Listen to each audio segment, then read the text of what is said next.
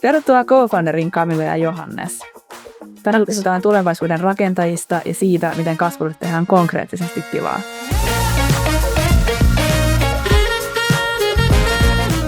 Meillä on vielä kaksi kunnianhimoista tekijää, jotka on tuoneet Suomeen jotain uutta, Founders Housen, jolla on tarkoitus saada aikaan BKT-tason vaikutuksia. Ja Founders House itse asiassa lanseerataan tänään. Mutta tämä jakso ei ole vain tilasta ja konseptista, puhutaan myös ihmisistä sen takana. Te molemmat työskentelette Wave Venturesilla, jossa rahoitatte nuoria Gen Z-foundereita kaikkien aikaisimmassa vaiheessa, ja samaan aikaan rakennatte Founders Housea. Teillä on 2 roolia, mutta sama missio. Camilla Komolainen ja Johannes Korpela, tervetuloa Co-Founderiin. Kiitos paljon. Kiitos paljon. Johannes, jos lähdetään susta. Sä oot CEO Wave Venturesilla, mutta sun tausta on aika poikkeuksellinen siinä mielessä, että sulla on matematiikan opettajan taustaa, karate- ja kilpatasolla, AI-startuppia, McKinsey ja Supercellia. Joo. Mikä näistä kaikista jäi käteen, joka näkyy tänään siinä, miten sä katsot perustajia ja ideoita? No mä veikkaan, että se on aika silleen kokonaisuus, mitä sieltä on kuitenkin jäänyt käteen. Ja kyllä se on lähtenyt siitä maajoukkuetaso-urheilusta, eli se, että tekee jotain tosi kovalla drivilla, haluaa kehittyä koko ajan ja pyrkii myös voittamaan sellaisen tietynlaisen kilpailun, koska elämä on tietynlaista kilpailua myös. Ja jos katsoo startuppeja ja miettii, että miten he voivat olla parhaita, miten he voivat menestyä, niin heidän pitää voittaa myös se kilpailu. Eli kaikki nämä paikat, missä ollaan oltu mun kavereiden kanssa ja myös itse olen ollut, niin ne on tosi kilpailtuja paikkoja, niin mä nostaisin ehkä sen kilpailun sieltä niin kuin ykköstekijäksi. Camilla, sun polku kulkee Slushin ytimestä Venture-puolelle. Sä oot tehnyt sijoittajasuhteita, M&A:ta, investment bankingia ja nyt siirtynyt, kuten Aki sanoisi, hyvien puolelle. Mikä veti sut lopulta tähän kaikkein aikaisimpaan vaiheeseen, nimenomaan Gen Z-foundereihin jo tähän first check-vaiheeseen? Hyvä kysymys. No mun mielestä se on aika selvää. Me nähdään molemmat Johanneksen kanssa, että nuorissa uuden generaation foundereissa on niin kuin meidän tulevaisuus ihan kansallisella tasolla, Euroopan tasolla. Niin mulle se ei ollut selvä polku. Mä oon käynyt sen investointipankkipolun, olen käynyt Espalla, viihdyin siellä ihan hyvin, päädyin Slushille, jossa pääsin sitten työskentelemään sijoittajien kanssa tosi läheisesti ja tuomaan sen 4 biljoonaa riskipääomaa Suomeen. Mutta sitten kyllä tämä tuntui kaikista merkityksellisemmältä tukea ja rahoittaa uuden sukupolven yrittäjiä. Teillä on pieni tiimi, mutta tosiaan pari yritystä tavallaan tässä alla. Tai toinen on ry ja toinen on niin sijoituspuolen juttu. Mutta te toimitte lähelle keskenään ja olette tavallaan työpari siihen. Niin mitä te ihailette toissa? Mitä Camilla, Johannes ja Johannes, mitä ihailette Camillassa? Okei, mä voin aloittaa. Mä ihailen Johanneksessa sen kunnianhimon tasoa. Se kyllä tuli tässä ekassa piikissä aika vahvasti. Että Johannes on tosi kunnianhimoinen ja kilpailuhenkinen ja painaa tosi paljon töitä. Mutta siellä kyllä on silti tosi vahva sellainen empatia, mitä ei välttämättä näy alkuspiikissä, mutta se ehkä tulee myöhemmin. Et ehkä noin. Joo, no mä nostan, musta tuntuu, että jokainen, joka tietää Camillan, niin tietää, kuinka kova Camilla tekee töitä. Ja Marjanne Vikkulasta aina puhutaan, siinä mielessä hän on tällainen execution machine, eli tekee paljon töitä ja saa paljon töitä tehtyä, niin mä sen nostaisin Camillasta, että pitkä to-do-lista ja niitä vaan lähdetään sitten siitä ruksimaan yksi kerrallaan, eikä katsota niin tarkasti, että kello onkin 6 illalla, vaan silti jos niitä listalla on vielä asioita, niin ne saadaan kyllä aika nopeasti tehtyä ja siihen voi myös luottaa, joka on hieno asia, kun tekee yhdessä töitä. Super tärkeää kyllä tuossa. Miten te ajattelette, että Founders House julkaistaan tänään, niin mikä on Founders House ja miksi te teette, mitä teette? Joo, no ylätasolla mä näen, että se on kulttuurin muutos, jota haetaan.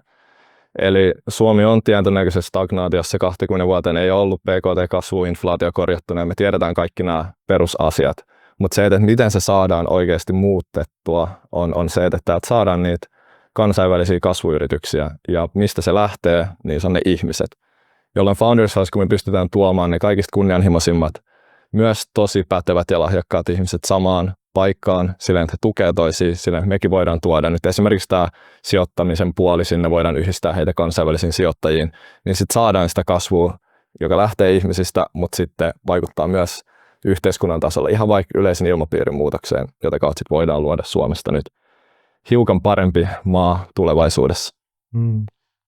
Joo, kaiken keskiössä on kyllä tämä, me englanniksi kutsutaan sitä talent densityksi, eli tällainen niin kuin, osaamisen keskittymä. Että kun sä tuot kaikkein fiksuimmat tyypit yhteen, nimenomaan sillä intentiolla, että perustetaan maailmanluokan firmoja, niin siihen tämä kaikki perustuu. Eli siinä 1+1 on 5 tai enemmän. Kyllä. Founders House on jo toiminut Ruotsissa ja nyt te tuotte samaa konseptia Helsingin sähkötaloon. Ja teidän slogan on aika suora. Onko se, että BKT:n kasvu alkaa täältä? Joo. Sanotaan se englanniksi vielä. GDP growth starts here. Hieno. Toi on kunnianhimoinen. Miksi Suomi tarvitsee tämän juuri nyt? No, se vastaus on meidän mielestä todella selkeä. Suomen talous ei ole inflaatiokorjattuna kasvanut juurikaan 20 vuoteen. Ja meidän nykyiset teollisuuden alat ei myöskään kasva. Siellä, vaikka todellakin arvostetaan näitä teollisuuden aloja, ne on kasvattanut Suomen, niin siellä ei investoida tarpeeksi. Siellä maksetaan osinkoina osakkeenomistajille nämä mahdolliset R&D-rahat pois. Niin tulevaisuuden kasvu, jos sitä jostain halutaan, niin se tulee tältä startup-ekosysteemistä. Ja niin kuin, luvuthan näyttää tämän, että viimeisen 15-20 vuoden aikana startupien vienti on kasvanut metsäteollisuuden samalle tasolle. Se on noin 10-12 miljardia vuositasolla. Ja startup työllistää 50 000 ihmistä Suomessa. Ja se on todella merkittävää. Itse asiassa mä katsoin matkalla tänne. Vähän vaan pallottelin, että okei, mä katsoin S&P 500 jenkki-indeksiä. Ja siellä isoimmat 20 firmaa, tai no isommat 5, mutta erityisesti nämä isoimmat 20 firmaa, niin ne on kaikki kasvuhakoisia teknologiayrityksiä. Siellä on Amazonia ja Metaa ja Nvidiaa, näin edespäin. Sitten kun katsoo OMX Helsinkiä, niin siellä ei olla vielä ihan tällä tasolla, että siellä on nämä meidän legacy-firmat, mutta me kyllä vahvasti uskotaan, että Suomessa tämä sama kehitys näkyy pian ja näin. Mä uskon, että molempia tarvitaan siinä, että totta kai niin teollisuuden ala iso vientitulot tulee tuosta ja Nokia tekee hyvää tulosta ja teolliset laivat ja monet muut, mutta mä luulen kanssa, että se seuraava niin kuin, Suomea nostettava asia on nämä suomalaiset teknologiayritykset. Ja jos katsoo vaikka, että niin kuin Norjassa on öljyrahasto, joka on vienyt niin kuin norjalaisuuden ja Norjan ihmisten varallisuuden ja kansan tavalla identiteetin ja muun vastaavan seurantatasolle. Se on 96 tehty asia. 96 alettiin, tai 90-luvun alussa alettiin tekemään toimenpiteitä siten, että se raaka-aine, mikä siellä on, öljy ja maakaasu, saatiin jalostettua ja vietyä eteenpäin. Ja se juuri niin kuin tavallaan valjastettiin norjalaisten eteenpäin viimeiseksi. Niin mä uskon, että meillä on samanlainen aalto olemassa tällä hetkellä mahdollista tehdä siitä insinööri-, tiede-, tutkimus- ja teknologia-osaamisesta, joka on se meidän öljy. Meillä on kyky ratkaista merkittäviä asioita tässä maailmassa. Ja maailmanlaajuisesti rakentaa todella mielenkiintoisia teknologioita, ja se vaatii vain tämän niin kuin kylän tukemaan sitä koko toimintaa, että saadaan tehtyä tämä. Eli mä uskon, että tässä on niin kuin mahdollisuus tehdä tämmöinen norjalainen öljyrahasto, mutta suomalaisen teknologia-osaamisesta tulevaisuudessa, kunhan siinä vain aletaan tarpeeksi lapioimaan ja tekemään asioita eteenpäin. Just näin. Kertotaan vielä lisää tuosta Founders Houseista, että sehän on, eli konsepti on Ruotsista, mutta te ette tullut niin kuin suoraan valmiiseen rakenteeseen, vaan te olette rakentanut tämän alusta. Miltä se on tuntunut, että päästään niin kuin rakentamaan ihan from the scratch up, ja onko siinä ollut jotain tavallaan oppeja ja asioita, joilla voi nyt ehkä nauraa näin lanseerauspäivänä, mutta silloin, kun se on tapahtunut, on saattanut tuntua vähän haasteellisemmalta. Joo on. Tämähän on ruotsalaisten meidän kavereiden aloittama itse Tukholmassa, ja hekin ovat nuoria kunnianhimoisia ihmisiä. Mitään struktuuriahan heilläkään ei oikein vieläkään ole, jolloin sitten kun me lähdettiin laajentamaan tätä Suomessa, niin mitään struktuuria ei todellakaan ollut. Ja muutenkin on täysin sinänsä legally standpoint, niin meillä on eri entitit, joita me pyöritetään ja näin poispäin. Eli tämä oli ihan täysin alusta. Ja nyt mä voisin nostaa ehkä yhden sellaisen hauskan tarinan. Tätähän ollaan tehty, me ollaan Camilan kanssa viime syksyn läpi tehty hommia viikonloppuisin ja itsenäisyyspäivänäkin oltiin tekemässä rahoittajille PowerPointteja, että saataisiin rahaa. Ja yksi päivä, kun me tehtiin tätä näin, me oltiin luvattu jo 2 työntekijälle palkat ja meillä oli rahoituksesta ehkä 1/4 varattuna. Aika huonolta se näytti siinä jossain vaiheessa. Ja sitten me hiljaa siinä tehtiin töitä Camilan kanssa ja Camila sanoi, että mä oon kyllästynyt pelkäämään. Ja sitten totta kai se kuulosti aika huvittavaa näin tällaiseen hiljaiseen hetkeen todetsena. Niin siitä sitten on jäänyt meillekin semmoinen hauska muisto ja vitsi siitä, että mä oon kyllästynyt pelkäämään, tulee Tuntematon potilas biisistä. Ja sitä sitten ollaan näin välillä kuunneltu näin jälkeenpäin, että kyllä me sieltä selvittiin ja rahoitus saatiin kasaan ja meillä on onnellisesti 2 työntekijääkin siellä, jonka avulla me saadaan tämä tuotua todellisuuteen. Ja rahoitus itse asiassa, mun mielestä rahoitus valmistui samalla viikolla sitten myöhemmin. Joo. Että oli maanantai-yö varmaan siinä vaiheessa jo. Ja sitten mun mielestä keskiviikkona sitten varmistui iso osa siitä rahoituksesta. Kumpi, onko se niin muna-kana-ongelma, niin kuin rahoitus vai konsepti? Miten te lähditte rakentamaan tätä kokonaisuutta? Jos kerrotte tavallaan sen, joku on saanut jonkun idean, että tämmöinen pitäisi olla olemassa, niin miten se edistyi siihen pisteeseen, että teillä oli niin kuin rahoittajat kasassa? Sehän on niin kuin molempia puolia pitää työntää samaan aikaan, että rahoittajille pitää sanoa, että kuinka on valmis konsepti, kuinka me saadaan tämä toimimaan ja kuinka selkeät seuraavat askeleet meillä on olemassa, mutta sitten niitä askeleitahan ei voi tehdä ilman niitä rahoittajia. Eli sitten se vaan niinku niitä askeleita tehdään konseptin puolella luotteen siihen, että se rahoitus tulee. Totta kai niitä voi käydä niitä keskusteluja ennen sitä rahoituspäätöstä, jolloin sen arvion siitä, että meneeköhän tämä läpi, niin saa luotua, jolloin pystyy ottamaan tietynlaisia askeleita siellä konseptin puolella. Nimenomaan vaikka lukita näitä työntekijöitä, vaikka rahaa ei välttämättä olisi vielä. Oliko teillä joku semmoinen pivotal moment, mikä tuli mieleen sieltä alkusyksystä, kun lähditte viemään eteenpäin? Että mitään niin kuin oivallusta ilman tämä ei olisi tapahtunut, tai ehkä ketä ilman tämä ei olisi tapahtunut, jos ette mieti teitä itseään ja teidän tiimiänne vai jotain ulkopuolesta? Ja kyllä niitä on varmaan monta hetkeä, muun muassa tämä Tuntematon potilashetki, mutta tosi crucial moment, suomeksi tällainen merkittävä hetki, oli se, mehän aluksi ajateltiin, että me tehdään tämä Tehtaankadulla Helsingin Ullanlinnassa noin 204 tiloissa tämä konsepti. Ja me oltiin tosi tyytyväisiä tähän niin kuin ambitiotasoon ainakin aluksi.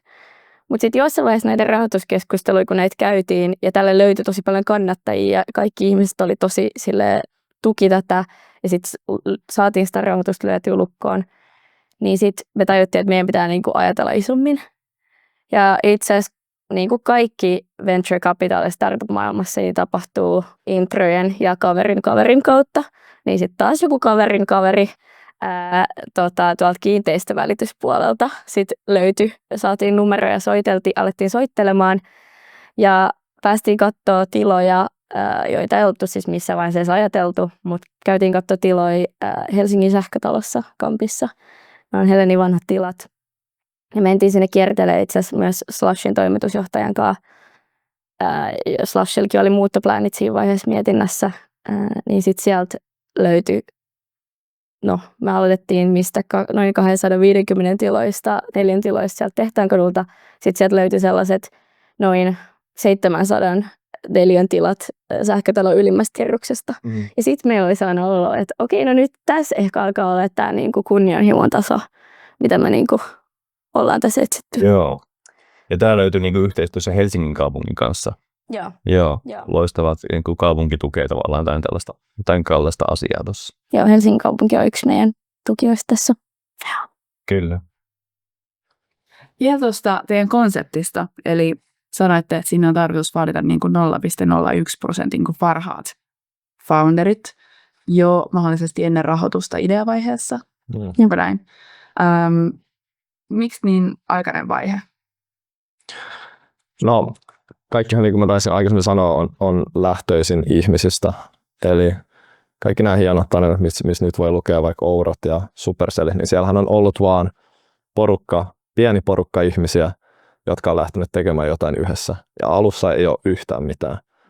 Jolloin se, mitä me voidaan auttaa, on se, että kun ei ole mitään, ei ole vielä rahoitusta, ei ole rahaa, ei ole mitään paikkaa, minne mennä, niin sitten Founders House on se, että se paikka, minne voi tulla validoimaan, minne voi tulla käymään keskustelemaan muiden foundereiden kanssa, jakamaan kokemuksia ja sitä kautta saada se homma rullaamaan niin sanotusti. Ja nyt se on minkä takia ne niin 0,01% foundereista, niin startupin perustaminen onnistuneesti on niin kuin todella hankalaa. Se ei ole mikään hauska retki, minne lähdetään, vaan todennäköisesti siinä tulee aika monta kyyneltä, niin kuin kovimmaltakin ihmiseltä vuodatettua. Ja se, että on kokemuksia, sanotaan nyt vaikka kovimmista konsulttipaikoista, sanotaan, että on koodannut niin kuin pienestä pitäen, on oikeasti hyvin kiinnostunut jostain tietystä asiasta, niin ne on sellaisia profiileja, jotka me halutaan sinne, koska siinä nyt tietenkin on, että jos katsoo vaan todennäköisyyksiä, niin todennäköisyydet on siinä, että heistä tulee silloin nopeammin skaalautuvia firmoja, jolloin niille kannattaa myös antaa se ekstra tuki. Mm. Tuossa toi lyhyen kommenttina tuohon, että joskus aikoinaan tein väikkäriä niin startup-yrittäjistä tai tiimeistä siellä ja yrittäjyyden tavallaan sitten katsottiin niitä määritelmiä ja muuta vastaan. Tuo niin sinnikkyys yrittäjissä on se yksi keskeinen seikka. Siinä tavallaan toi, mitä sä sanoit, toi history of high performing, joka voi tulla sitten sieltä koulumaailmassa, se voi tulla työelämässä, se voi tulla harrastuneisuudessa, se voi tulla urheilusta tai musiikista tai missä tahansa osna. On niin kuin yksi semmoinen hyvä signaali, että sulla löytyy asioita, että sä oot niin kuin jaksanut painaa sen 10 vuotta, 10 000 tuntia tai 20 000 tuntia asioita ja oot vienyt sitä eteenpäin. Sitähän se startupikin on, se on jatkuvaa rakentamista ja joka päivä pitää saada pikkusen eteenpäin. Just näin. Se on myös mielenkiintoinen lontoolainen venture capital firma kuin Hummingbird, joka julkisesti sijoittaa yrittäjiin, jolla on trauma. Eli lapsuuden ajan trauma, koska jos siitä on selvinnyt, niin on suurempi todennäköisyys selvitä myös niistä traumaista, joita se startup tulee aiheuttamaan tulevaisuudessa. Kyllä. Eli miettikö te nyt johonkin terapiatalojen eteen? En tiedä, ei varmaan mennä, mutta se on tosi mielenkiintoista. Kyllähän siellä on niinku se tietty totuus, että kun käy läpi hankalia asioita, niin silloin pystyy myös selättämään hankalia asioita ehkä helpommin tulevaisuudessa. Ja se liittyy just tuohon, että jos on urheilu tai soittanut musiikkia vaikka kovalla tasolla, totta kai on epäonnistunut. No, silti jatkaa.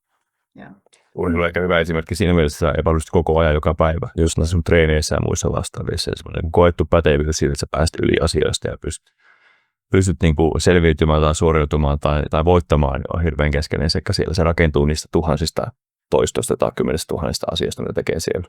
Just Juhannistellaan siitä oppia. Niin, ja siis niin, sä saat turpaa joka päivä karatessa, varsinkin jos on kontaktiversiota, niin tavallaan se rakentaa sun asioita. Te istutte Helenin entisessä toimitusjohtajan huoneessa, nurkkahuoneen kampin kattojen yllä. Joo. Niin, miltä se tuntuu? Mitä siitä voisi oppia? Onko teidän mielestä tämä suomalainen korporaatioelämä ja toi, niin miten se suhtautuu tähän startup-ajatteluun? No siellä on kyllä pakko mainita, että siellä on hyvä kontrasti. Tekin kävitte siellä tässä vähän aikaa sitten. Siellä on sellainen 70-80-luvun korporaatiotunnelma. Siellä on edelleenkin Helenin vanhoja kalusteita ja heidän vanha boardroom, tällainen hallituskokoushuone, joka on aika massiivinen ja puinen. Ja nyt me ollaan viety sinne, no itsemme tietenkin, mutta ennen kaikkea näitä nuoria yrittäjiä, jotka haluaa luoda jotain uutta ja mullistaa maailmaa ja olisi valmiita tekemään sitä jossain kellarissa tai ihan missä vaan. Mutta me ollaan nyt viety ne sinne Helsingin kattojen ylle, niin mun mielestä meidän mielestä se on tosi hieno tällainen kontrasti. Mutta mitä tulee tähän meidän henkilökohtaiseen tekemiseen, niin kyllä mä oon sitä välillä miettinyt Johanneksen kanssa, että ei ole kyllä ehtinyt nyt ei ole sille oikeastaan ehtinyt katsoa ympärilleen. Että me vaan jatketaan sillä samalla drivilla. Ei ehkä pelätä enää niin paljon, mutta kyllä me niin päivittäin kuitenkin pelätään ja halutaan niin drivaa tätä eteenpäin. Että voisi kyllä pysähtyä katsoa myös ympärilleen ja ehkä tänään on sitten se päivä, kun me launchataan ja me tuodaan ulos tämä Founders House myös julkisesti, että ehtii vähän pysähtyä ja katsoa, mihin ollaan päädytty. Joo, toivottavasti ehitte tänään. Täytyy vähän katsoa, että mihin on päästy. Ja varmaan toi että on jatkuvasti vähän sellainen pieni velko, niin eikö se sitten kerro siitä, että tehdään oikeasti jotain isoa ja ollaan siellä epämukavuusalueella, joka sitten on se, mistä isoin kasvu varmaan myös tapahtuu. Toki siis Founders Housein puolesta, mutta varmaan teille myös henkilökohtaisesti. Joo, kyllä se on se riskinotto. Ja kyllä startup-maailmassa, jos haluaa perustaa yrityksen, niin riskinotto on se isoin juttu. Miten sitä toleranssia voi kasvattaa? Jos on jatkuvasti vähän pieni velko, niin miten teille se varmaan on luontaista ihan teidän niin kuin piirteiden puolesta ja taustan puolesta, mutta onko teillä siihen jotain vinkkejä, että miten voisi olla enemmän ok sen kanssa ja vähän niin kuin istua sen pelon kanssa ja käyttää sitä tavallaan polttoaineena eikä lamaannuttavana? Niin no, kuten sanoit, meille molemmille toi saattaa tulla johonkin pisteeseen asti luonnollisesti, mutta ei todellakaan. Kyllä se on myös opittu taito. Mä sanoisin, että tuossa on niinku muutama juttu, mutta isoin juttu on ehkä vaan se, että jos sulla on se to-do-lista, että vaan niinku juoksee sitä niinku pelkoa ja sitä niinku, saako täällä kirjoilla paskaa päin, niin se on niinku se isoin. Ja se on myös, miten sä saat sitä stressiä jotenkin lievitettyä, koska sä saat yhden asian tehtyä ja juostuu sitä yhtä niinku paskaa asiaa päin, niin siitä se niinku lievittyy ja sitten sitä oppii myös kestämään. Ja sitten ehkä toinen juttu on kyllä se tiimi, kenen kanssa teet. Ja kyllä meilläkin istuu siellä tällaisia solo-foundereita ja muita, mutta sen takia me tuodaan ihmisiä yhteen. Et jos sulla on hyvä tiimi sun ympärillä, johon sä voit luottaa, että okei, ne tekee sen niiden to-do-lista asian, kun mä koitan saada nyt tätä vähän lisää rahoitusta täältä jostain taas, niin se on nojaan kyllä tärkeää. Onko sulla jotain muuta? Mä ehkä nostaisin vielä sen, että yleensä kuitenkin nämä asiat, jotka pelottaa, suhteellisesti ei ole niin vakavia asioita. Okei, no jos me ei oltaisi saatu sitä rahoitusta silloin tälle projektille ja me oltaisiin jouduttu perumaan nämä työntekijälupaukset, niin kukaan ei olisi kuollut. Maailma silti niin kuin pyörisi, mutta silti se siinä hetkessä, kun haluaa saada jonkin asian toimimaan todella, todella hyvin, se tuntuu tosi isolta ja se myös ajaa siihen, että saa sen tapahtuman, niin kuin vaikka tässä nyt kävi. Mutta loppujen lopuksi kannattaa aina suhteuttaa, että kukaan ei kuollut. Kun yrittäjyyden riskiä on tutkittu vaikka akateemisesti, niin kyllähän sillä totta kai riskiä pitää ottaa ja näin poispäin, mutta se niin kuin fiksu suhtautuminen riski on se, että sun affordable risk. Just se, että et ei mitään tyhmää, että sä hyppää katolta sun laskuvarjopilotin kanssa, kun sä oot tehnyt uudenlaisen laskuvarjon, niin kuin typeryys, mutta se pointti on siinä se, että sä voit kuitenkin hahmottaa, että minkälaisia asioita voi tapahtua, että sä pystyt selviytymään niistä. Ja yleisesti ehkä vielä yrittämisessä sekin on hyvä sanoa ääneen ja hyvä ymmärtää ihmisten, että silloin jos lähtee tekemään startuppia, nostaa VC-sijoittajalta rahaa. No okei, nyt sulla on rahaa, se on sen sijoittajan rahaa. Se sijoittaja on ottanut sen taloudellisen riskin. Eli jos menee konkkaan, niin se sijoittaja menettää ne rahat. Ja se, minkä yrittäjä antaa siihen, ei ole mitään enempää tai vähempää kuin oma elämänsä. Eli sitten lähdetään tekemään sitä täysiä, aikaa menee ja pitää ehkä tehdä sellaisia trade-offeja omassa elämässä. Mutta se on hyvä ymmärtää kanssa, että se taloudellinen riski tulee sieltä sijoittajan puolelta. Eli ihan vaan kannattaa ottaa se riski ja lähteä perustaa firmaa ja nostaa sitä ulkoista rahoitusta siihen omalle matkallensa. Teidän, jos mennään lyhyeksi tuonne Wavein puolelle, Wave Ventures tosiaan sijoittaa aikaisen vaiheen niin kuin Next Gen, voisiko sanoa ideoihin ja yrityksiin. Onko se siinä vaiheessa, onko se niin kuin perustamisvaiheessa vai miten te näette? Siis meidän sweet spot on siinä, kun firmaa ei olla vielä perustettu. Eli siellä ollaan auttamassa ihan siellä alussa. Kyllä. Mutta sulla, Johan, se on niin kuin oma tausta kanssa yrittäjyydessä ja yhden mutkan käynyt siellä pyörähtämässä, yhden iteraatiorundi pyörähtänyt sieltä. Niin miten sä luulet, että niin kuin sijoittamiseen, niin minkälainen vaikutus sillä on, että sulla on niin kuin oma yritys, startup-tausta? Ihan valtava, koska kyllähän ei voi tietää, mitä yrittäjänä on olla, ellei ole itse ollut yrittäjä. Se on vähän semmoinen asia. Ja kun yrittämisessä nyt ollaan puhuttu niistä hankalista hetkistä ja siitä, kun tulee turpaan, eikä sitä voi, se on vaan väistämätön asia. Niin sitten kun ymmärtää sen ja ymmärtää, kuinka ison uhrauksen nämä founderit antaa siihen, niin pystyy samaistumaan. Mäkin voin nopeasti vielä nostaa yhden tällaisen harmittavan hetken mun omasta tarinasta, että me perustettiin AI EdTech-firma mun parhaan kaverin kanssa. Aikana oltiin tosi nuoria silloin, just silloin kun GPT-3.5 tuli tämä ensimmäinen ChatGPT-malli. Ja sitten lähdettiin sitä tekemään ja meni hyvin. ottaen huomioon, että ei oikein tiedetty mitä tehdään, saatiin niin kuin asiakkaita huomattava määrä ja asiat näytti hyvältä ja sitten tultiin siihen että oli ostotarjouksia ja päädyttiinkin myymään se. Mutta tämä on nyt todella mutkaton. Tämä on vetänyt mutkat suoraksi tästä tarinasta, sillä esimerkiksi sen myynnin jälkeen niin 9 kuukauteen niin en puhunut mun parhaalle kaverille yhtään mitään, koska se ei oikeastaan tyydyttänyt kumpaakaan se loppuratkaisu, että käsin haluttiin tehdä maailman isoin firma eikä sitten nopeata exittiä. Nykyään kuitenkin tämä mun kaveri on itse asiassa Founders Housella istumassa ja rakentaa uutta firmansa ja nyt ollaan taas kavereita ja muistellaan. Ja just nimenomaan tuotu niitä oppeja, että kyllä niin kuin 1,000,000 virhe tuli tehtyä. Niin nyt kun lähtee, hänkin on tekemässä uutta, niin ymmärtää paremmin, mitä pitää tehdä seuraavaksi. Ja sään on päässyt nyt ainakin jotenkin yli niistä traumaista, mitä sieltä oli ja päättänyt lähteä uudestaan. Ehkä siinä piti olla pieni hetki hengättää siinä ja ottaa tilaa ympärille. Joo, 2 vuotta suurin piirtein taisi asua Japanissa tämä mun kaveri. Aika kauas. Niin piti mennä vähän. Mutta toihan on mun mielestä tosi mielenkiintoinen aihe ylipäätänsä, teillä varmaan just omat taustat ja kokemukset, mutta myös sit sijoittajapuolelta. Miten te katsotte, niin kun ollaan niin aikaisessa vaiheessa, se tiimihän on tosi tärkeä. Joo. Katsotteko te myös sitä ehkä henkilökemiaa niiden co-foundereiden välillä? Onko tuohon mitään tapoja, miten te voitte vaikuttaa? Onko tuo asia, joka on teidän pöydällä? Mä ymmärrän, että katsotte taustat ja onko ne oikein ihmiset rakentaa, mutta analysoitteko sitä henkilökemiaa millään tavalla? Onko tässä mahdollisuudet pitkän tähtäimen yhteistyöhön? Joo. Ja yksihän, kun me sijoitetaan näihin tosi alkuvaiheen firmaihin, tässä ihan validaatiovaiheessa jopa, niin yksi isoin syy, minkä takia joku firma ei sitten onnistukaan, on sitten tällainen co-founder breakup, eli että founderit eroavat toisestaan ja ei saa sitä yhteistyötä toimimaan niinä vaikeimpina vuosina, että ne ekat muutama vuosi. Mutta kyllä me sijoitetaan tosi erilaisiin tiimeihin, että ei ole mitään kultaista sääntöä, että mikä siellä niinku on se paras.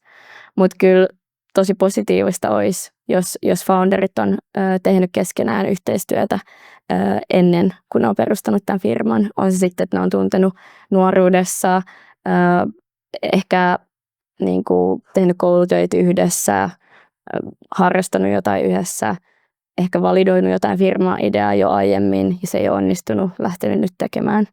Et se on tietenkin tosi tärkeä. Ja sitten hyvässä alkuvaiheen tiimissä on tietenkin erilaista osaamista, jotka tukee toisiaan. Et siellä toivottavasti on jotain bisnesosaamista. Mä en halua nähdä ainakin henkilökohtaisesti, että siellä on mietitty, että miten tällä voi tehdä rahaa tai kenellä tätä kannattaa myydä. Mutta sitten siellä pitää varsinkin nykypäivänä olla tosi paljon teknistä osaamista. Että sieltä löytyy ne molemmat puolet. Tähänkin voisi tuoda hauskan konkreettisen esimerkin, että kun Venture Capitalhan yleisesti toimii sillä, että pidetään näin sanottuja Investment Committee, IC-lyhenne, jonne sitten tulee nämä founderit ja sitten on nämä päättävät sijoittajat ja kysytään kysymyksiä. Katsotaan, miten homma menee. Niin meillä on useita kertoja ollut sillä, että ollaan vaikka kysytty joku tekninen kysymys ja yleensä se toimitusjohtaja puhuu siinä enemmän, niin se toimitusjohtaja on katsonut sit sitä teknistä kaveria ollut sillä, että hei, miten sä näet tämän? Niin tommosia asioita me ollaan jälkeenpäin oltu sillä, että toi on tosi hieno piirre. Se toimitusjohtaja tietää, että okei, tämä ei ole nyt niinku mun vahvuusalue, että mä tiedän, että mä kysyn tältä toiselta. Niin ihan tollaisia pieniäkin asioita me niinku katsotaan ja nostetaan ylös, että toi on niinku tosi hieno merkki siitä henkilökemiasta heidän välillä. Kyllä. Mites Camilla, sulla on niinku Slashin lisäksi sitä Espan investointipankin taustaa, niin kuin sanoit, eli mitä se on niinku opettanut tuohon niinku sijoittamiseen, startup-sijoittamiseen? Joo, tämä on hyvä kysymys. No, mun oma tausta just on, istuin siellä investointipankissa, tykkäsin niistä töistä myös, ja siellähän investointipankissa tehdään tätä founderin unelmaa, eli tätä exit-työtä. Eli mä tein siellä näitä IPOja ja M&A-transaktioita, missä myydään firma uudelle omistukselle. Et siinä mielessä on tosi tavallaan lähellä tätä, mutta sitten samalla mä opin sieltä aika nopeasti itse sen, että mulle henkilökohtaisesti se, että mä teen slideja tai valuaatiomallia jonkun toisen firmalle, niin se ei tuo mulle onnea. Mä haluan olla siellä itse tekemässä sitä firmaa ja luomassa muutosta. Ja itse asiassa tämän mun Espo-kokemuksen jälkeen mulla oli kyllä sellainen vaihe, että mä en niin oikein tiennyt, mihin mun kannattaa mennä tai mitä mun kannattaa tehdä, mutta onneksi sain soiton Slashin tiimistä ja päädyin sinne sattumien kautta. Ja Slushilla sitten taas sai tämän ihan toisenlaisen kokemuksen, että sai paljon omistajuutta siitä omasta työstä. Sai tosi paljon vastuuta nuoresta iästä huolimatta. Sai johtaa tiimiä ja matkustaa ja tehdä kaikennäköistä. Ja se niin kuin ohjasi mut henkilökohtaisesti tällaiselle niin kuin yrittäjähenkiselle tielle. Ja ehkä toi on niin kuin semmoinen asia, mitä me myös Johanneksen kanssa aina vähän niin kuin paasataan tietyllä tavalla, että me toivottaisiin, että tämä kunnianhimoinen nuori talentti, että ne eivät, jos haluaa mennä Espaalle tai minne muuallekin vaan, se on ihan ok, mutta me haluttaisiin, että Helsingissä ja Suomessa olisi enemmän tällaista kulttuuria, mitä vaikka Piilauksessa on tai nykyään vaikka Tukholmassa on, että fiksu talentti menee startuppeihin tai perustaa omia firmoja. Toihan on ei varmaan vielä siinä pisteessä, missä sen pitäisi olla samaa mieltä siitä, mutta se on muuttunut valtavasti. Että mä muistan mun omilta Slash-ajoilta se tarina, mitä me kerrottiin, että 2008 oltiin kysytty jossain Aallon kauppiksen luennolla, että kuinka moni täältä haluaisi yrittäjäksi, ja ihan minimaalinen määrä käsiä nousi. Sitten vuosia myöhemmin kysyttiin uudestaan, niin tämä prosenttiluku kasvoi, ja mun mielestä se viimeisin versio, jota mä kuulen tästä samasta tarinasta, on ehkä itse asiassa joman kuin mä teidän suusta, että nyt se on niin kuin yli 80% mieltää sen jo merkittäväksi. Mut mikä siinä sitten on, että tämä niin kuin porukka, joka mieltää yrittäjyyden hyvänä vaihtoehtona, niin miksi ne sitten ei päädy tekemään niitä firmoja? No yleisesti se on varmaan informaation puute. Miten lähteä tekemään firmaa. Sekin on sillään, nyt munkin wave-aikana mä oon oppinut ja nähnyt todella paljon. Käynyt San Franciscossa ja nähnyt, että kuinka siellä vaan niin kuin lähdetään tekemään.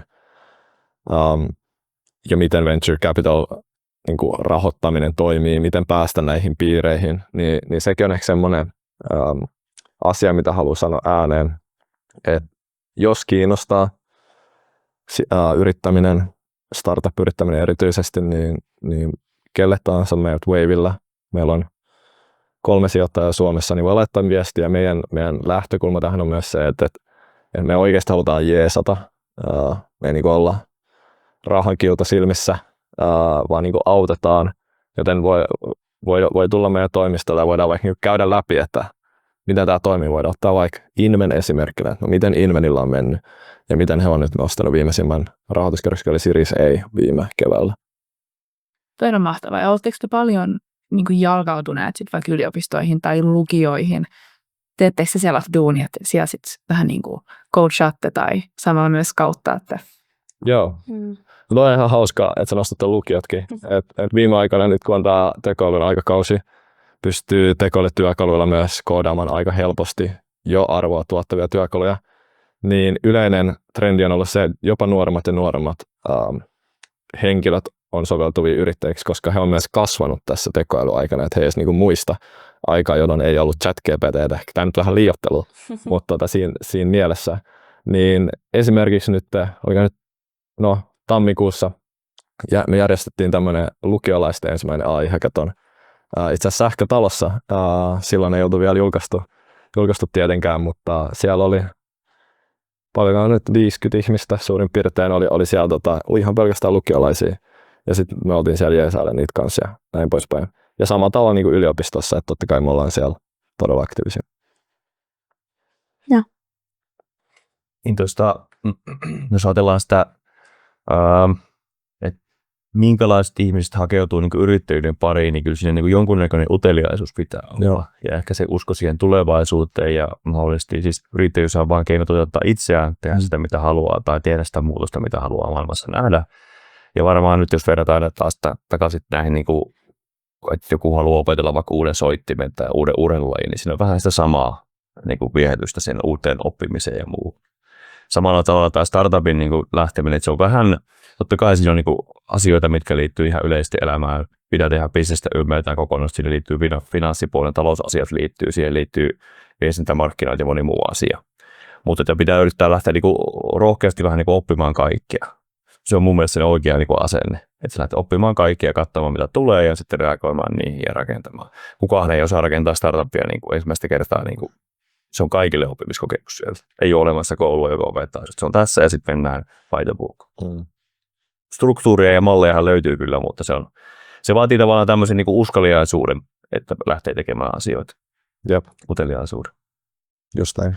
Miten te konkreettisesti autatte näitä startuppeja? Että te teette sijoituksen tämmöiseen juuri alkavaan firmaan, missä on 3 ehkä toisia täydentävää osaajaa siellä, founderia, ja te olette siihen mukaan niin kuin rahoittajana, niin autatteko te ehkä siinä rahoituskierroksen rakentamisessa, teettekö te itse sen rahoituksen siinä tilanteessa, ja miten se seuraava vaihe toteutuu niin kuin teidän näkökulmasta?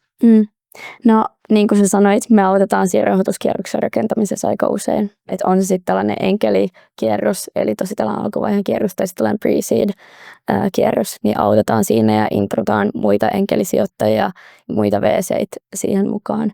Mutta itse asiassa, kun sä mainitsit, että on 3 hengen tiimi, jossa on osaajia, niin me saatetaan jopa olla sitä ennen. Me saatetaan tehdä se intro, eli tuoda nämä co-founderit yhteen. Joo. Että me ollaan niinku jopa ennen tätä vaihetta, kun se tiimi on edes kasassa. Eli founderit, tuodaan ehkä niitä yhteen, autetaan kierroksessa.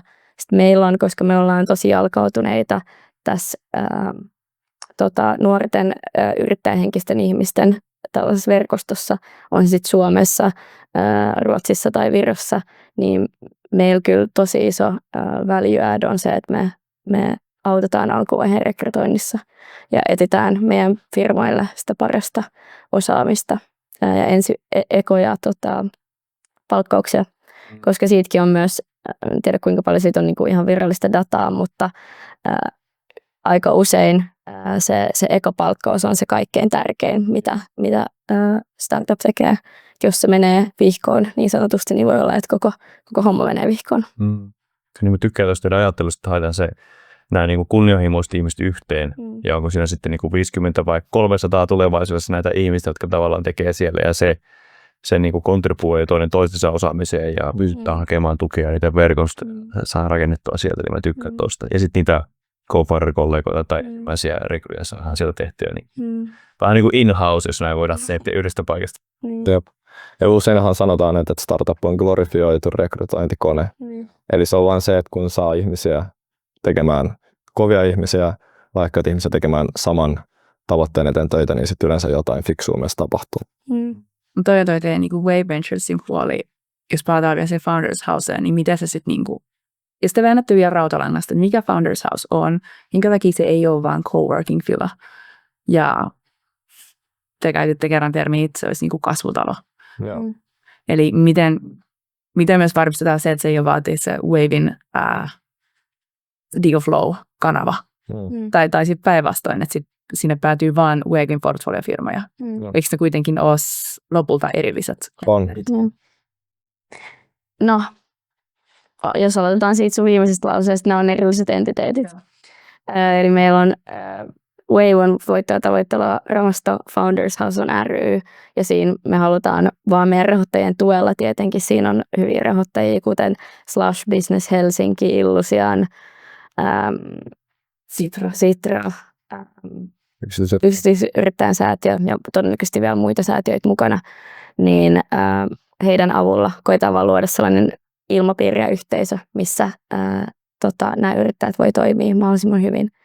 Ja mitä tulee Founders Houseen, niin siellä järjestetään tapahtumia, jotka pystyy myös inspiroimaan muita ekosysteemin ulkopuolelta tulevia ihmisiä yrittäjyyteen ja ehkä menemään töihin näihin firmoihin, jotka istuu Founders Houseissa. Ja Founders Houseissa me luodaan sitä arvoa, ja meillä on siinä tiimi, joka luo sitä arvoa, jotka on nyt saatu palkattua sinne onneksi. Niin ne luo sitä arvoa näiden rahoittajien tuella ilman mitään sijoitusta. Niin se on niinku sitä korea siinä. Ja ehkä vielä tuohon Founders Housein malliin, niin se kun sinne otetaan tiimi tai yksin yrittäjä sisään meidän hakuprosessin myötä, niin se periodi, mitä siellä voi istua, on 6 kuukautta. Ja sitten ja siitä ei makseta mitään. Se on ilman, joo. Että se on niinku, tavallaan tällaista niinku tosi alkuvaiheen hautomo-tyylistä meininkiä. Ja meidän tavoite, ja tietenkin näiden kaikkien founderien tavoite on, että 6 kuukaudessa nämä firmat, ne on ne ehtii nostaa siihen rahoitusta, ne ehtii kasvattaa sitä, niiden tiimi kasvaa niin isoksi, että ne ei mahu enää sinne meidän tarjoamiin huoneisiin, ja sitten niiden pitää siirtyä eteenpäin. Niin tämä on vähän niin kuin lentokentällä, jos mennään niin kuin kohti kiitorataa. Tämä on niin kuin se terminaalitunneli siihen lentokoneeseen, joka sitten lähtee lentoon. Eikö se näin mene? Joo, Niin se menee. erittäin huono esimerkki, mutta Ja samalla huoletaan se lentokone kuntoon ja varmistetaan, että se lähtee lentoon. molemmat siivet on paikassa. Mutta näette se, että, tai mä otan askeleen taaksepäin, eli teillä voi hakea sinne Founders Houseen, onko se kaikille avoin? Joo. Hakuprosessi, sitten on tietyt kriteerit, mitä pitää täyttää, ja siinä varmaan tulee tämä teidän niin kuin, sijoittajahattu myös hyvin päähän, että saatte katsoa, että ketkä on oikeasti niitä ehkä niin voittajia, just tätä 0,01% top-leveliä, mutta näettekö te, että siinä olisi riski, että tällaiset paikat niin kuin alkaa vahvistaa jo valmiiksi etuoikeutettujen ihmisten asemaa niin kuin perustajien polulla? No joo, kyllä siinä on se riski. Tai olisi väärin sanoa, että ei olisi riskiä. Mutta me tiedostetaan se ja esimerkiksi just nimenomaisesti näiden tapahtumien avulla, eli avoimia tapahtumia kaikille, että sinne voi tulla tutustumaan siihen. Me ollaan siellä, Founders Housen porukkaan siellä, niin siellä voi tulla juttelemaan oppimaan. Et lähtökohtaisesti kuitenkin on se, että mistä me ollaan juteltu aikaisemmin, että kun sinne, se on kuitenkin suhteellisen rajattu määrä paikkoja. Ja jos katsoo vain dataa siihen, mihin vaikka KV-sijoittajat sijoittaa Suomessa, niin ne on yleensä aika kovia taustoja. Niin silloin, jos haluaa saada sen parhaan hyödyn, parhaan arvon, niin sitten pitää panostaa näihin niin kuin jo valmiiksi omia vertaisiaan omassa historiassa paremmin pärjänneihin henkilöihin. Niin sen takia niihin panostetaan, mutta se ei tarkoita sitä, etteikö sinne saisi tulla hurmaamaan jonkun Founders Housen työntekijän siinä mielessä, että sitten pääsee sinne todistamaan siis, että on kykeneväinen rakentamaan isoja firmoja. Niin joo, riski on olemassa, mutta kyllä sitä mitikoidaan niin kuin avoimen kulttuurin kautta kuitenkin. Tuo on hienoa kuulla. Minusta tuntuu, että se on myös Pohjoismaissa, ehkä Euroopan tasollakin muuttumassa, että sijoittajatkin ottaa niin kylmä introja, että ei tarvitse olla se lämmin intro tai kaveri, joka esittää. Ja Kyllä tämä yhteisöllisyys mun mielestä niin kuin Suomen kasvurahoitusmarkkinassa tai startup-markkinassa on niin kuin tosi hyvää, että tekemistä kaipaisi meiltä kaikilta vähän enemmän, mutta se, niin kuin se kulttuuri on mennyt siihen avoimempaan suuntaan ja siihen, että niin kuin halutaan yhdessä onnistua versus siihen, että ollaan ehkä jonkun verran historiassa oltu norsulutornissa ja musiikissa puolella. mutta ehkä siinä on se hyvä, että sit on just teilläkin ne kriteeristöt, että itse olen nähnyt myös paljon, ja siinä ei mitään pahaa, mutta sellaisia lifestyle-foundereita, jotka pyörittää ihan ok firmaa, mutta se ei ehkä mene mun määritelmää, mikä on startup, että siinä ei ole sitä niin kuin aggressiivista kasvuhakua ehkä. Tai sitten se on ollut, mutta se on jäänyt, ja se, niin kuin siinä ei mitään pahaa, mutta se on myös hyvä, että teillä on niin kuin tietyt kriteerit siellä, niin saa sen talent density. Mikä se olisi suomeksi? Osaamisen keskittyminen. Talent density, että käy. Jos se niin kuin vänkyymmät ihmiset sinne. Niin, siinä on ehkä hyvä myös ymmärtää se, että olisi ylimielistä ja väärinmielistä väittää, että kun me osattaisiin niin nähdä kaikkia ja osattaisiin tietää jotenkin parhaiten, että totta kai siellä on ihmisiä, jotka on todella lahjakkaita ja kykeneväisiä tekemään, mutta silloin sen takia se oven pitää vähän niin olla auki myös, että sinne voi myös tulla ja sitten voi myös keskustella. Että just näin, yksi mielenkiintoinen esimerkki on nyt viimeisimpään Y Combinator batchiin, eli tällaiseen osajoukkoon, niin kuin Lappeenrannasta niin kuin käytännössä tämän ekosysteemin ulkopuolelta, niin pääsi ihan todella hienoa firmaa rakentava henkilö. Eli niin kuin, vähän niin kuin ulkoitetaan koko jutun, että toi vaan niin kuin alleviivaa sitä, että kyllä fiksuja ihmisiä on kaikkialla, ja sen takia se avoimuuden kulttuuri on niin kuin todella järkevää, vaikka pyritään aina siihen niin kuin parhaaseen. Kyllä. Meillä on GoFoundin kuulijoina Suomen eturiviyrittäjiä, niin jos joku haluaa tukea tätä toimintaa, niin voiko teihin ottaa yhteyttä tai muuta? Miten te näette, että jos on tämmöisiä, että hei, tämä on tosi lämmin juttu mun sydämelle ja mä haluan olla jollakin tavalla tukemassa sitä toimintaa rahallisesti tai jotenkin muuten, niin kenen ottaa yhteyttä? Joo, meihin voi olla yhteydessä. Me ollaan just julkaistu tänään meidän ihan mahtavat nettisivut, joissa on 3D-kartta Helsingistä. Sitä kannattaa käydä katsomassa, niin sieltä löytyy yhteystiedot, niin voi olla yhteydessä. Loistavaa. Joo. Miten jos palataan tuohon Pohjoismaihin ja muihin vastaaviin? Teillä on Wavissa on niin kuin New Nordics näkökulma, eli Baltics ja Nordics kulma siellä, mutta miten te näette suomalaisuuden tai suomalaisten niin kuin yrittäjien edut, jos miettii niin kuin muihin näihin lähiheimolaisiin tässä? Onko jotain tämmöistä niin kuin toistuvaa tai poikkeuksellista huomattu sieltä, että miten suomalaiset tekee asioita oikein? No, mä vastaan tähän. Se on hauskaa. Meidän suurin osa meidän deal flowsta, eli näistä firmoista, mitä me katsotaan Wavella, niin tällä hetkellä niitä tulee tosi paljon Tukholmasta, jonkin verran Virosta. Ja sitten siellä on myös Norjaa ja Tanskaa, sitten tietenkin Suomi, missä me istutaan. Ja se on niinku hauskaa huomata, miten suomalaiset tiimit, ne on aina tosi pragmaattisesti miettinyt kaikki asiat. Ja niillä on oikeasti tosi hyvä lähtökohta aina, kun ne tulee puhua meille.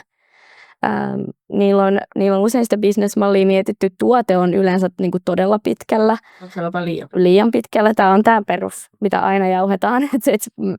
Mutta sitten kun taas katsoo Ruotsin deal flowta, niin siellähän on ihan näitä moonshot-firmoja ja tiimejä. Niillä ei välttämättä ole mietitty, että miten tätä myydään eteenpäin tai ei ole välttämättä tuotekaan ihan niin pitkällä, mutta ne osaa myydä sen. Ne osaa myydä sen asiakkaille, se on kaikkein tärkeintä, ne osaa myydä sen sijoittajille. Ne osaa myydä sen niiden homman, ne osaa myydä itsensä. Sehän on se ykkösjuttu. Mekin kun me tullaan vaikka johonkin podcastiin tai mihin ikinä, niin kaikki lähtee sitten, että kerrot sen sun oman tarinan. Ja siinä, jos alkuvaiheen sijoittaja, niin me ei kauheasti voida katsoa mitään muuta kuin sitä founderia ja sitä tiimiä. Sen takia kaikkein tärkein juttu, mitä sä voit tehdä suomalaisen yrittäjänä, on myydä itsesi siinä niin kuin ensimmäisessä tapaamisessa. Ja yhden on niin kuin suurelle osalle suomalaisista varmaan se pahin. Myydä, puhu hyvää itseksi. Se on leitty, se näyttää hyvässä valossa. Ei tietenkään kaikille, mutta näkyykö toi on niin kuin tuossa oli Suomi, Ruotsi ja Selma, mutta näet tämän saman vertauksen. Myös muut, niin kuin jos miettii New Nordics. Onko virolaiset hyviä tuossa? Kyllä mä sanoisin, että ne on parempia kuin suomalaiset, mutta sitten taas siellä kyllä näkyy myös tämä pragmaattisuus ja semmoinen tietynlainen suoraan puhuminen, mistä me kyllä silleen tykätään. Ja Norjassa on vero-ongelma, mutta Tanska on ihan hyvä sitten taas. Siinä on niinku lyhyesti. Norjan vero-ongelma on kyllä mielenkiintoinen. Mä en ymmärrä, miten se on voitu niinku saada läpi se, tai että miten se on voitu päättää niin pääpensaassa tyylisesti. Jop. Sillä taitaa nyt hävitä kaikki aikaisen vaiheen founderit muualle rakentaa. Joo, lyhyesti siitäkin voi todeta, että nekin Wavin puolelta yhteen norjalaiseen tosi fiksuun nuoreen tiimiin sijoitettiin, mutta sitten ei voi olla norjalaista legal entityä, koska sitten ne verot iskee päälle, niin sitten nämä muutti Ruotsiin ja Tukholmassahan ne istuu nykyään. Joo. Meilläkin Springvestillä on muutamia portfolioita, jotka on siis Oxfordista University spin-offi. Control Ox on tullut kvanttisoftaa tekemään tänne ja Reorbit on meidän portfoliossa, joka Ruotsista tuli rakentaa kommunikaatiosatelliittia tänne Suomeen ja muuta vastaavaa. Nämä on siistiä juttuja, että niitä niinku kovia kavereita, jotka on pystynyt performoimaan, on tullut siis Suomeen. Jep. Ja tämä on tavallaan ehkä semmoinen uusi juttu, mitä ehkä 10 vuotta sitten, 5 vuotta sitten oli vähän vähemmän sitä, että miten me saatiin houkuteltua parhaita kavereita Suomeen. Tämä on siisti juttu. Just näin, ja se on ehkä voisi nostaa tästä Founders Housesta vielä tonkin kulman esille, mitä on nyt vielä mainittu, että meillähän on tämä sama toiminnassa Tukholmassa, ja me ollaan pystytty rakentamaan nyt silta tähän välille. Et esimerkiksi tuossa tammikuun lopussa, niin täällä oli meidän ruotsalaisia foundereita, kun oli tapaamassa nyt suomalaisia sijoittajia ja suomalaisia hyviä enkeleitä. Ja sitten tuli sinne meidän toimistolle tekemään töitä ja sitten juteltiin kuulumiset siinä ja mietittiin yhdessä, miten maailma voi muuttaa paremmaksi. Niin pystytään luomaan sitä yhteisöä ja sitten niinku unelmahan siinä on se, että voitaisiin, jos perustetaan firmaa asialle X, niin voitaisiin ottaa asian X parhaat tekijät koko Pohjoismaista, jolloin todennäköisesti, jos katsoo vain tilastoa, niin todennäköisesti kaikki ei ole vain Suomesta, todennäköisesti kaikki ei ole vain Ruotsista, vaan saataisiin niinku yhdistetty tämä markkina-alue siinä mielessä. Fun fact, niin per capita 24 Pohjoismaissa ja New Yorkissa Viron mukaan lukien top 7 maata maailmassa oli per capita eniten unicornia on perustettu tällä alueella. Että density-näkökulmasta että just semmoinen paikka, missä olisi lähtenyt tekemään tosi hienoja yrityksiä. Joo, ja kyllä vaikka kun mä vedin noita Slushin sijoittajasuhteita viime vuonna, niin siinä kyllä huomasi, että kun puhuu vaikka amerikkalaisille sijoittajille tai sijoittajille ympäri maailmaa, niin tosi kiinnostuneet oltiin nimenomaan Nordicseista. Siinä on tietenkin, siinä avittaa tämä Lovable ja Legore, jotka on just näitä moonshot-keissejä Tukholmasta. Mutta Nordicseilla on hyvä momentum ja me kyllä halutaan olla tässä momentumissa mukana. Me halutaan, että Helsinki on myös tässä Pohjoismaiden momentumissa mukana. Eli Suomen pitää niinku tehdä oma työnsä, mutta ehkä puhuttaisiin enemmän niinku Nordic-tasojutuista eikä Suomi vastaan muut. Joo, ehdottomasti. Ja. No, siis Suomihan voi hyötyä todella, tai niin Helsinki voi hyötyä Tukholman menestyksestä todella paljon, mutta siitä hyödystä pitää vaan ottaa kiinni ja saada niitä oikeasti menestyviä firmoja tänne näin. Se surullinen fakta kuitenkin on vaan se, että Suomi on performoinut tosi huonosti tässä viimeisimmässä AI-aallossa, että ei tullut näitä AI application layer firmoja tänne, jotka nyt on nämä jo mainitut ruotsalaiset kiitäjät. Kiitoliiturit.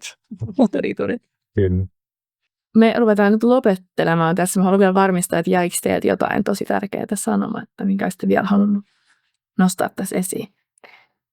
Tämä on itse asiassa kysymys, mitä me kysytään meidän, kun Waven puolella tehdään sijoituksia. Tämä on aina viimeinen kysymys. Että nyt pitää siitä osata vastata tähän. Ja siinä itse asiassa katsotaan, tämä on nyt hyvä, jos joku kuuntelee joskus on meidän IC:ssä, niin siinä katsotaan sitä, että osaako ihminen myydä vielä jotain siihen jälkeenpäin. No. Okei, no niin nyt mun pitää myydä. Me puhuttiin tästä jo, mutta kyllä me halutaan vielä alleviivata sitä, että nämä founderit ja toivottavasti myös Founders Housesta tulevat tiimit, ne luo BKT-tason kasvua Suomeen. Ja me halutaan, että koko meidän yhteiskunta niin kuin kansallisella tasolla ymmärtää sen potentiaalin, mitä startupeissa on. Ja me halutaan, että kansallisella tasolla myös ymmärretään se, että esimerkiksi Ruotsissa, meidän kilpailijamaassa ja meidän kaverissa myös, niin siellä panostetaan näihin firmoihin ja sieltä tulee näitä nopeasti skaalautuvia teknologiayrityksiä nyt liukuhihnalla. Siellähän aloitettiin sen panostaminen ehkä, en tiedä, 10 vuotta aikaa. Kiitos sen aikaisesti. Mutta meidän pitää ottaa ne nyt kiinni. Niin, Johannes.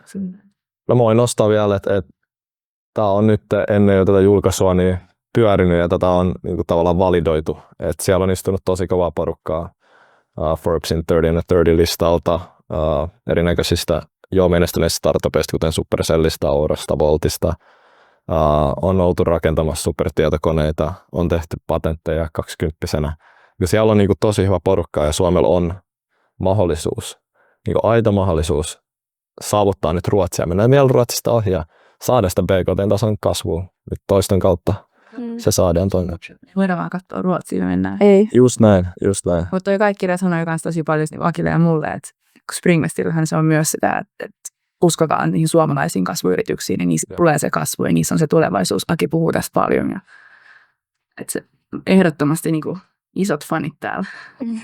Se, mistä mä tykkään tässä tosi paljon on se, että ne toimenpiteet, mitä nyt tehdään tuolla aikaisessa vaiheessa, niin nehän näkyy sitten niinku isosti medioissa ja siinä PKT:ssä ja muussa muutaman vuoden, 5 vuoden päästä ja näin poispäin.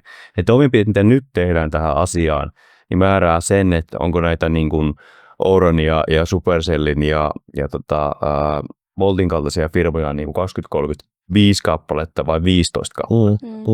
Onko niitä 20-35 kappaletta vai niin kuin 50 kappaletta.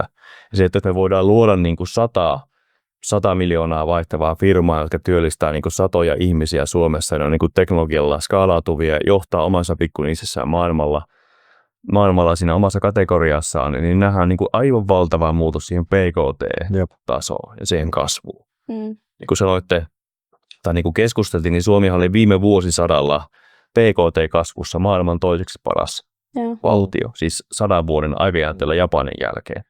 Ja nyt meillä on mahdollisuus tehdä tuo asia, mutta se vaatii niitä niin kuin toimenpiteitä sen kasvun eri vaiheissa. Olisi se sitten rahoituksen suhteen, niiden parhaiden ihmisten saaminen suhteen, ratkaisemaan näitä vaikeimpia ongelmia ja muuta. Niin mä tykkään tästä tosi paljon, että nyt haetaan se semmoinen, niin kuin, voisiko sanoa, että business-maajoukkue, jossa niin kuin ne yritykset saa sen erityishuomioon. Samallahan urheilussakin haetaan niitä lahjakkaita nuoria niin kuin treenaamaan ja tarjotaan niille tavallaan vähän niin kuin paremmat olosuhteet viedä asioita. Eli pikkusen parempaa psykologista valmennusta ja vähän parempaa fysioterapiaa ja leirityksiä ja mitä se on siellä. Niin tässä on vähän se korkean paikan leiri niin kuin suomalaisen kasvuyhtiön ja startuppien niin kuin investointiin, tämä Founders House. Alpimaja. Niin. Ehdottomasti.